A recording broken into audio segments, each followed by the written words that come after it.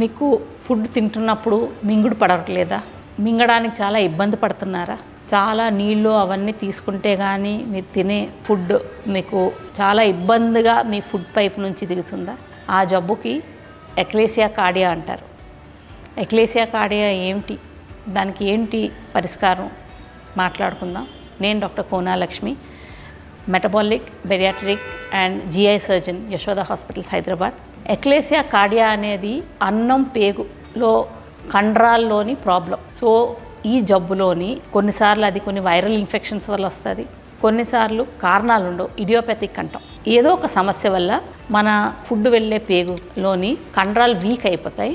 Plus కింద కండరం ఏదవుతే మనం ప్రతిసారి ఫుడ్ తిన్నప్పుడు కింద కండరం లూజ్ అవ్వాలి. లూజ్ అవుతే ఫుడ్ కిందకి జారుతుంది. సో ఆ కండరం టైట్ అయిపోతుంది, పైన కండరం అంతా లూజ్ అయిపోతుంది. సో దానివల్ల ఫుడ్ మీకు ఇంటెస్టైన్స్లోకి పాస్ అవ్వడానికి ఇబ్బంది అవుతుంది. సో ప్రతిసారి వాళ్ళు చెప్తారు, మేము తిన్నప్పుడు మింగుడు పడట్లేదు, మింగడానికి చాలా ఇబ్బంది పడుతున్నాం. కొన్నిసార్లు తినేసి పడుకుంటే రాత్రి తినినంత ఫుడ్ నోటి నుంచి కానీ ముక్కు నుంచి కానీ నురగలాగా బయటకు వచ్చేస్తుంది. దీనికి ట్రీట్మెంట్ సర్జరీ 2 విధానాలుగా అవుతుంది. ఒకటి ఎండోస్కోపిక్ ప్రొసీజర్, దానికి పోయం అంటాము. ఇంకొకటి లాప్రోస్కోపీ, మినిమల్ ఇన్వేజివ్ సర్జరీలోని ఈ 2 ప్రొసీజర్స్ ద్వారా ఆ టైట్ అయిన కండరంకి ఒక కట్ చేస్తాం, దానికి చీల్చితే అది వెడల్పు అవుతుంది.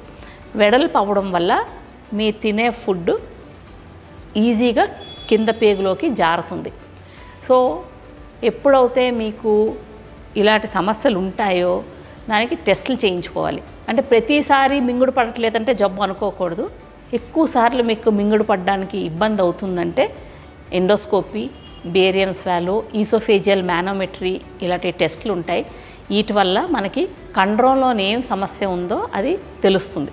దాని ప్రకారం మనం ఆ వ్యక్తి వయసు ప్రకారం ప్లస్ జబ్బు ఎంత సివియారిటీ ఉందో దాని ప్రకారం మనకి ఎండోస్కోపిక్ ప్రొసీజర్ కానీ లేకపోతే మినిమల్ యాక్సెస్ ప్రొసీజర్ వల్ల దానికి సర్జరీ చేయడం అవుతుంది.